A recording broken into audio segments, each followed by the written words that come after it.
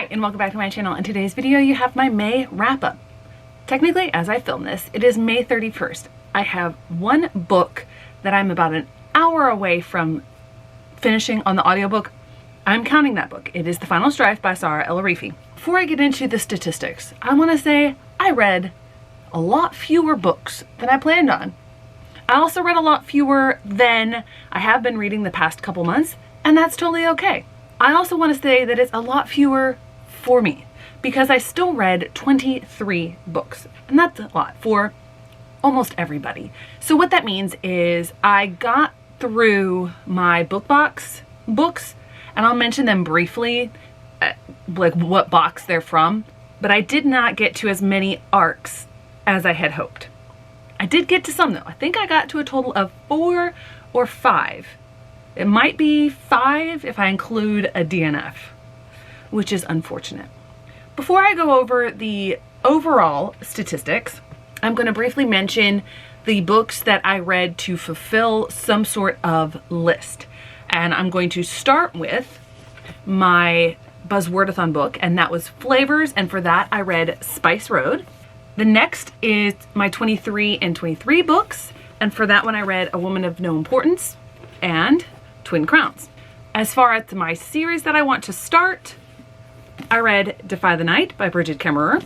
As far as finishing series, I read The Bone Shard War by Andrea Stewart. Let's see, the next goal is nonfiction. And so for nonfiction, we have A Woman of No Importance. We have Madly Deeply. And then we also have Myth America, which I read as an audiobook, and I believe it was an advanced listening copy. Now, speaking of arcs, I did listen to 2 ALCs from Libro that are not on my NetGalley list. One was Myth America and the other was Finally Seen. And then as far as actual arcs go, the ones on my NetGalley list, I have While You Were Dreaming. I read that physically. The others I read electronically, obviously. One was The Ghost of Rancho Espanto. I also had You Are Here, collected and edited by Ellen-O. Next I had Winnie Zhang, Vanquishes a King. I also DNF'd In the City of Time and started Wild Blood. So those are all of my lists.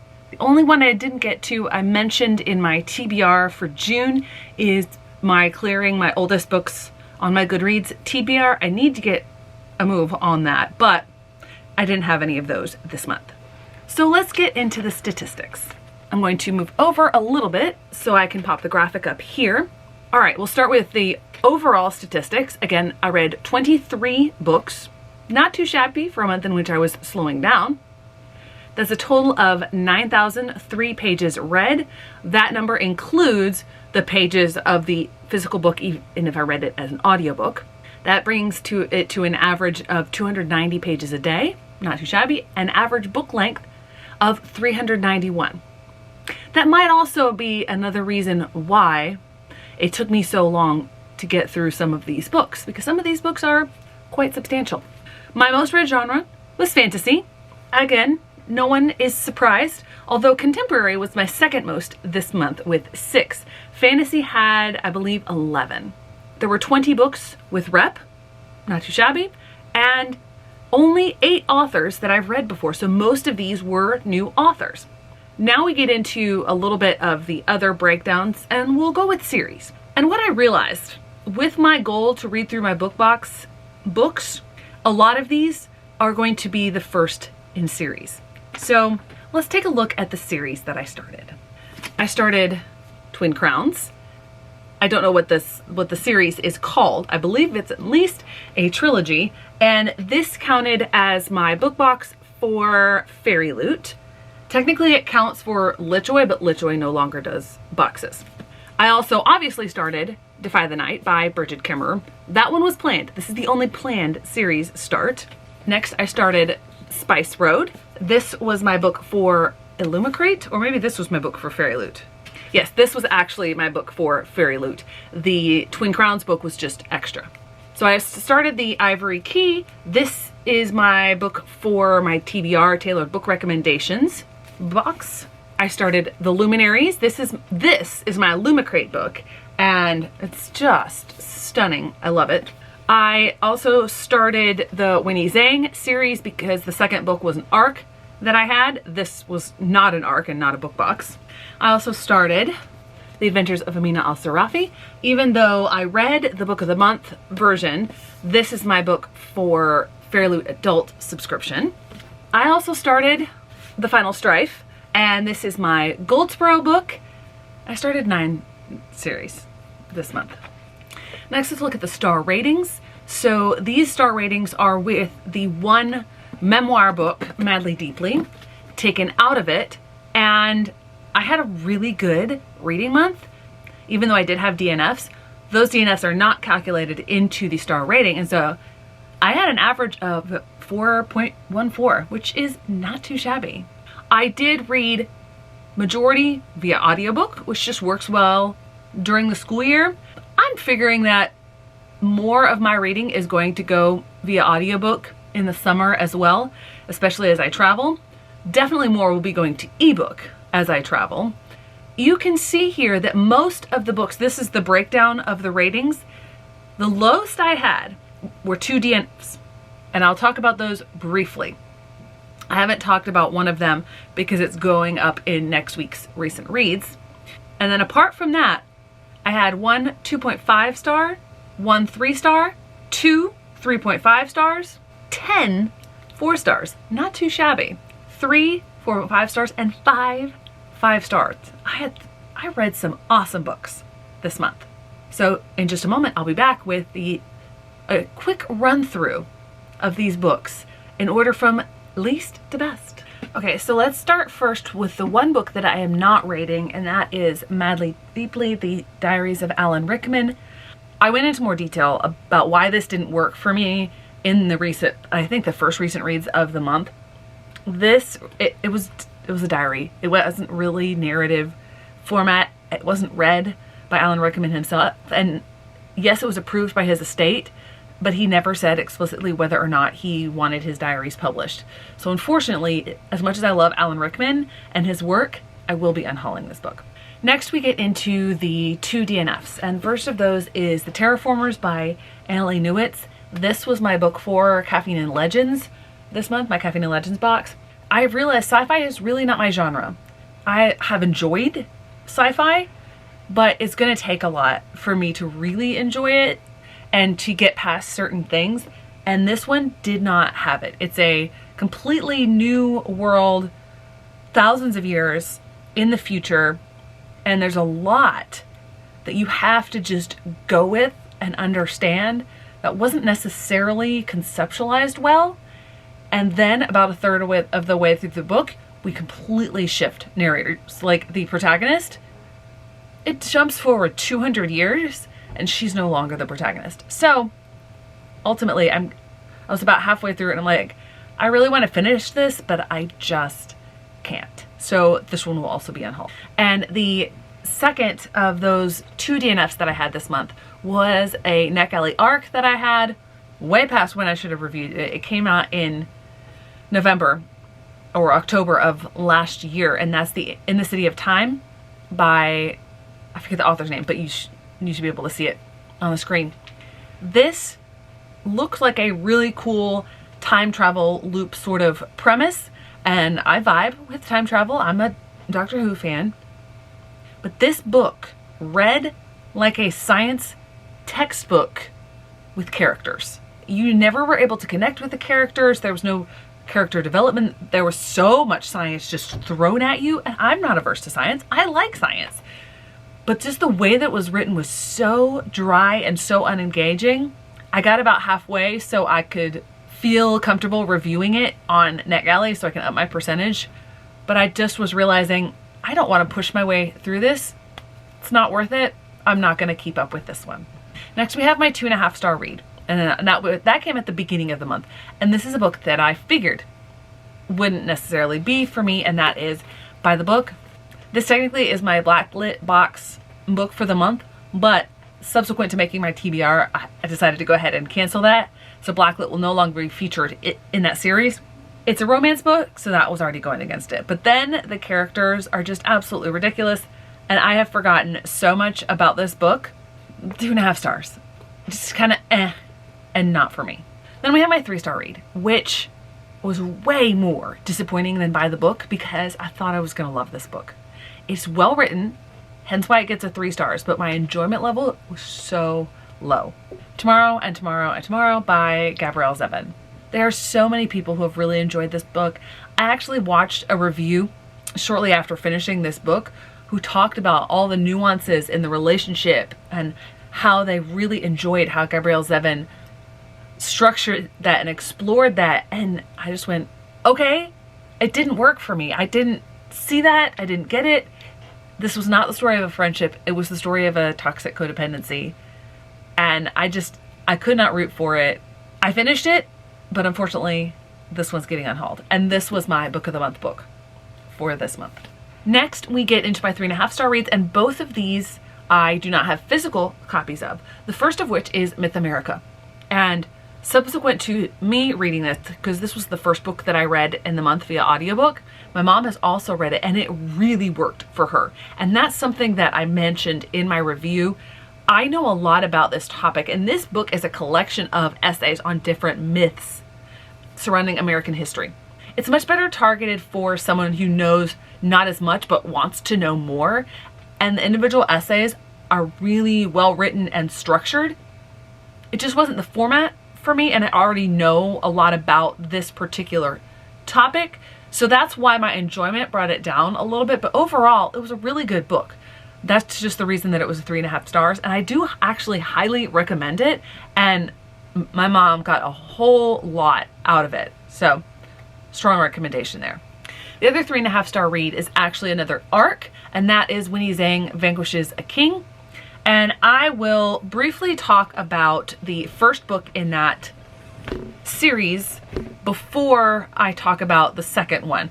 I'm going to jump into the 4-star reads first because I rated Winnie Zhang Unleashes a Legend 4 stars.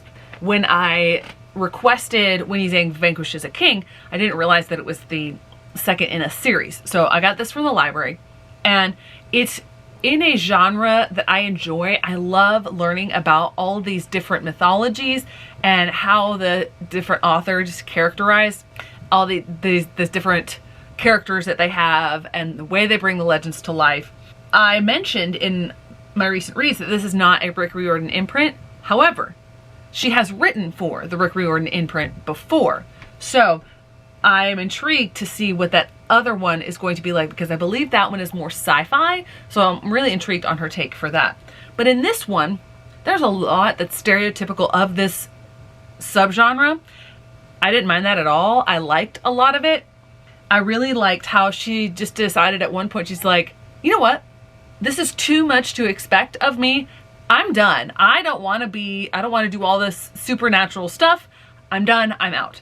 And that for me, the way she dealt with that, that's what bumped this up for me. In the second book in the series, she doesn't have that anymore. She is now fully committed to the mission, the shaman mission. And it was much more stereotypical, rote, run-of-the-mill adventure of the week sort of thing. I didn't mind it. I just was not captivated by it. And all of the adults, including her grandmother, who's her overspirit, who's supposed to be this fully grown woman who was an amazing shaman when she was alive, they act so childish, and it was kind of annoying. So I did bump it down a little bit. I still will continue in the series, but I did prefer the first one to the second one. All right, now that brings me into my 4-star reads, of which I have a lot. I have 9 more to talk about. We will start with the first of those, and this kind of was a disappointment based on how much I loved the other book that I have read by this author, but not really a disappointment because as I think back on it, I really enjoyed my time, and that is The Adventures of Amina Al-Sarafi. At first, when I wasn't as hooked as I was with City of Brass, I let myself get disappointed. But the more that I thought about what Shannon Chakraborty does in this book and how she explores all the myths and legends in that area of the world, I'm like, yeah, I like this. And I like the character that she's developing in Amina. One of the characters in there is just hilarious. I love him as a character because he is so patently like selfish and like Oh, you expected me to be noble? No, I'm in this to save my own skin. You do whatever. I loved that. So this was a fun read. And if I thought more about it, I might actually bump this up to a 4.5 star, but I'm not sure yet. We shall see with the later installments of this series. The next two are two of my SEASL books, which again, I will talk more about in that video. And the first of those is Maisie Chen's Last Chance. This one was a bit of a disappointment because I had heard such really good things, and it's a Newbery Honor winner. I think what happened was the contemporary plotline was solid and was strong, and she was learning lots of things, but there's also another plotline where her grandfather is telling stories of his grandfather, the Chen who came to Last Chance, Minnesota.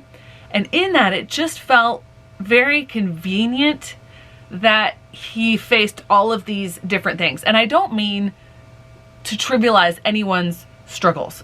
It just felt like all of these immigrant struggles that he faced was like, we need to show that this happened. We need to show that this happened. We need to show that this happened. So they're all going to happen to him, and it's all going to get him to this place.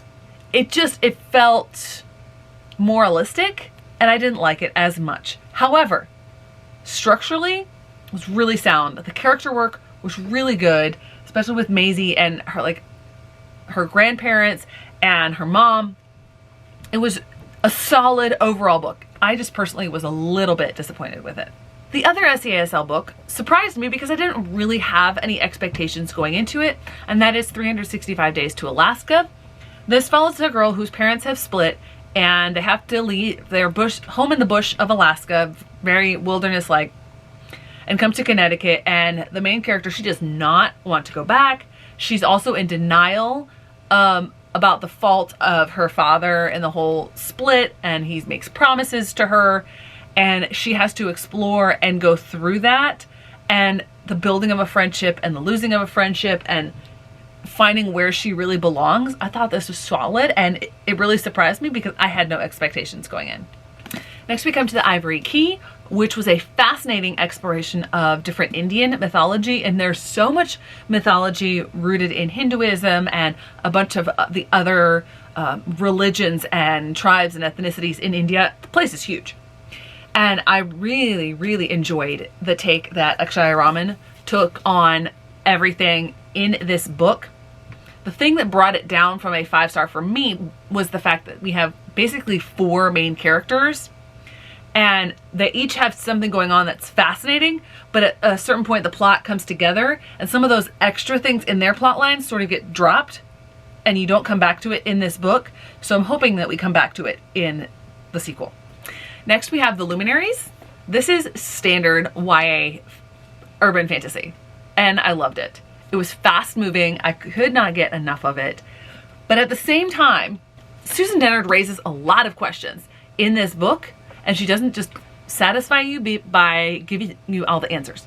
She gives you the answers to one thing, and she keeps you interested so much to the point of you don't mind that she hasn't answered everything, even though you have to wait for the next book. So I enjoyed this. Speaking of very tropey YA fantasy, we have Defy the Night by Bridget Kemmerer. Again, I really enjoyed this. It took a little bit going in, and at one point I thought it was following a certain plot line, but then something went differently, and I'm like, oh, did she trick me? But she did trick me because it ended up being what I thought originally, but I thought I was wrong. You know, that sort of thing. I still really enjoyed it, and I love how things were building up. The whole plot line gets going, rapid fire. I could not put this down towards the end of it. So, is it perfect? No, but I really enjoyed my time. Next we come to one that I kind of ranted a bit about in my most recent reads, and was a bit of a disappointment, but is still a 4-star book, and that is The Bone Shard War. I will not go on for long about this. For one, it's a series conclusion. For two, I've talked about it a lot already, and I will just mention the reason that this is only 4 stars and not a 4.5 is because of the inclusion of my absolute all-time least favorite trope in the very end of the book. So I will leave it at that and redirect you to my most recent reads episode. Last of the 4 stars, we have Twin Crowns. Again, 3 out of these are very, very tropey YA fantasy. Definitely right off the bat. And this is definitely fantasy romance. They're instant love interests for both of the twin sisters here. But I really enjoyed how both of the authors, both Catherines, one with a C and one with a K, explored the effect of the nurture part of nature versus nurture, because they are twins, but they were raised completely apart, and neither of them had it easy, and neither side is completely right. And you can tell, you know, by the next book in the series that they're going to have a lot to unpack from that, and I'm really intrigued to get to that. Next, we have my 3 4.5 star reads, and first of those is Spice Road. And this, the way that Maya Ibrahim unfolded all of the characters, really good character work here, especially with a character who's kind of an antagonist, kind of a love interest, kind of you don't know what he's doing, but he plays a primary role in this. And I really was fascinated by what she did with his character in this. There's a little bit of tropey stuff, a little bit of heavy-handed world building at the beginning, and that's what brought it down from 4.5 stars. But other than that, the world itself is so fascinating. I cannot wait to learn more about this in subsequent books in the series. So the next 4.5 star read that I have is The Ghost of Rancho Espanto. In The Ghost of Rancho Espanto, the main character is dealing with the possible death of his mother from cancer. And he has turned to D&D, or a very D&D-like game with his friends, makes a poor choice, gets sent out to spend the summer on this ranch. And he's not necessarily happy, but he meets a lot of other secondary characters who really fill out the story really well. But there's also some things that kind of seem off, and like there are ghosts or supernatural things, and he doesn't know what's going wrong or going on, and he's trying to fix this. And through trying to fix it, he's also dealing with like processing his emotions and his grief, and it's fantastic. The last of my 4.5 star reads, While You Were Dreaming by Alicia Rai. This is definitely a contemporary YA contemporary romance, which a 4.5 star read for me. YA contemporary romance, say what? I thought this was fantastic. Obviously, you can tell if you know anything about 90s rom-coms that this is a retelling of While You Were Sleeping. That is a family favorite, and I loved the structure that Alicia Rai used. She used that narrative structure from that movie and used it to explore a lot of stuff, like the immigration implications, which the word dreaming also gets at, and it just was so well done. She didn't draw out the implausibility of why she had to keep things secret. She didn't draw that out. She didn't draw out a lot of the things that make the rom-com comedic. But she did it in such a way that you still have that, and it's still a highly enjoyable read. I loved this book, and I will definitely be getting a copy for myself. Now we have my 5 5-star reads. First of those is A Woman of No Importance by Sonia Purnell.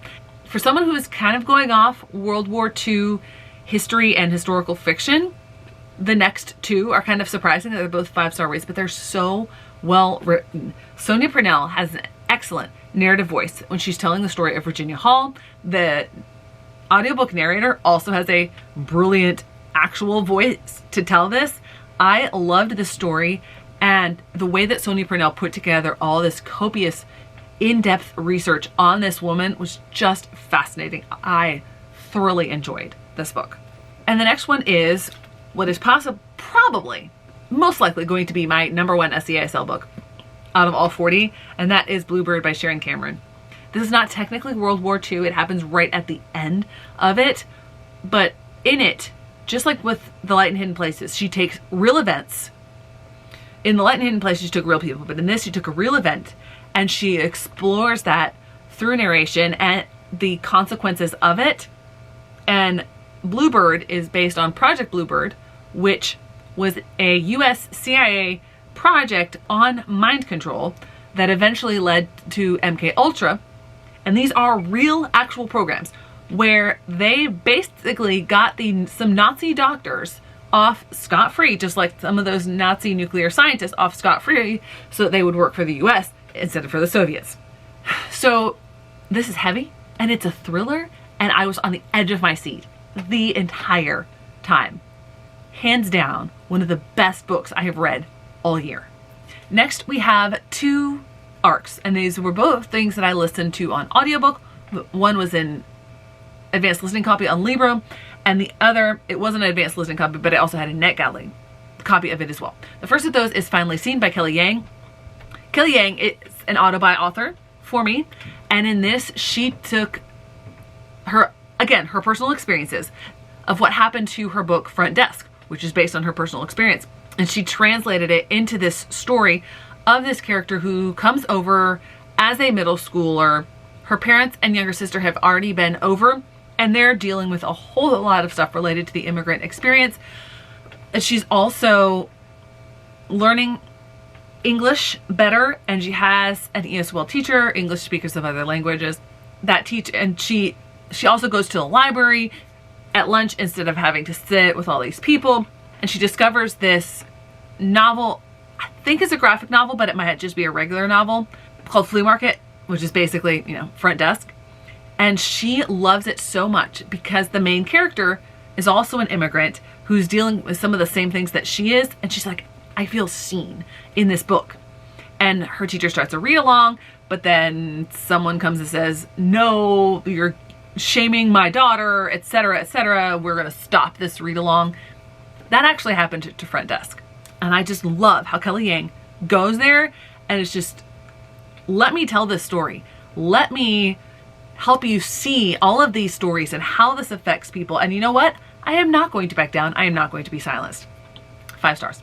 The next of those is You Are Here, with edited, collected, arranged by L&O. It's a bunch of different authors. I do not know all the authors off the top of my head, but this is not a book that I necessarily would have gravitated towards, but it's a series of short stories, and they are all interconnected, and they all take place in one day at an airport in Chicago, and they center the stories of all kinds of different Asian people, both Asian immigrants, Asian Americans, various types of different countries, ethnicities from Asia. There's different voices in each, and they're talking about different things that they have to deal with. And one of my favorite ones that I just thought was hands down my favorite is one, and I need to look up the author of this specific story in the book. It was the story of an autistic dad and an autistic son and their experiences in the airport and what they're dealing with and going through. And I just thought that representation there was so not only heartwarming at some points because they're just adorable, but also like normalizing, like this is how people exist and they have to deal with and learn how to interpret things based on the way that they don't act like people who are neurotypical. It was so well done. Definitely a 5-star. Couldn't give it anything less. The last of my 5 stars for the month is The Magician's Daughter, and this was my aardvark book. This one took me by surprise. I have a hard time putting into words why this book worked so well for me. The atmosphere was hands down there. I loved the main character. I loved how she was not this special chosen one. There was nothing about her that made her the one that all of these events are going to turn around. She was just normal, and she got swept up in huge events and went, you know what? I don't have any of these things at my disposal, but I am going to fight for what I do have, and I'm going to support those people. And it just was well done. The atmosphere, again, I'll mention that again because it was just so strong and so well done. And I really liked the characters in here. I would go into this world like that again if H.G. Perry ever decides to write another book. I have more coherent thoughts about this in last week's recent reads. I'll definitely make sure that that is linked down below. Now, before I finish, I do have to acknowledge that I am not going to be talking about The Final Strife, nor have I rated it. If I had to make a guess, as of right now, it's going to be minimum 4 stars. Obviously that's going to depend on how it ends, but this is definitely minimum 4 stars. I will talk more about my thoughts on this in next week's recent reads, and I won't talk about it in June's wrap up because I'm finishing it in May. So there you go. There are the 23 books that I read in May. I slowed down, but still read quite a few books. What can I say? Thanks so much for watching. I hope to see you in the next one.